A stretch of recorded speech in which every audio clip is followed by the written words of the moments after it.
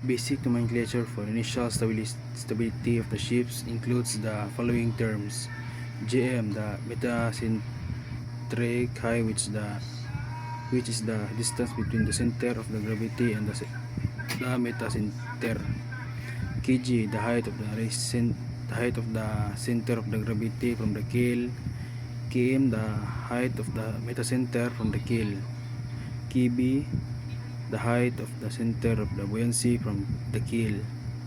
Kg, the rating lever, which is the horizontal distance between the force of the weight of the volume, the center. So B is the center of the buoyancy, M is the metacenter, G is the center of the gravity, and vowel is the angle of the heel.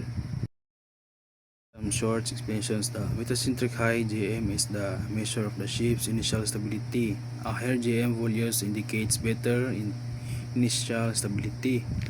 So initial stability is the resistance of the ship to small changes in the difference between the vertical forces applied on its own sides.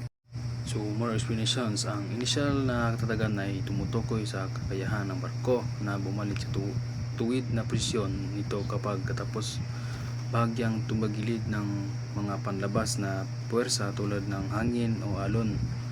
So pangunahing may kinalaman nito ay sa maliliit na anggulo at takong kadalasan na hanggang sa mga 10 o 15 degrees. Ang kagandahan unang katatagan ay tumutulong sa barko na manatiling ligtas at komportable sa dagat. Stability of a ship. The stability of a ship is its tendency to return to its original upright state when an external force is applied or removed.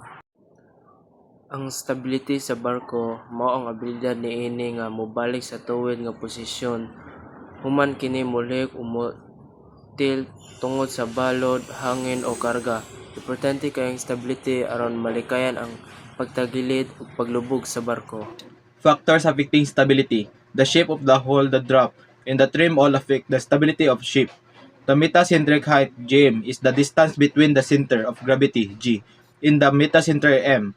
A positive gm means the ship is stable will return upright after heeling.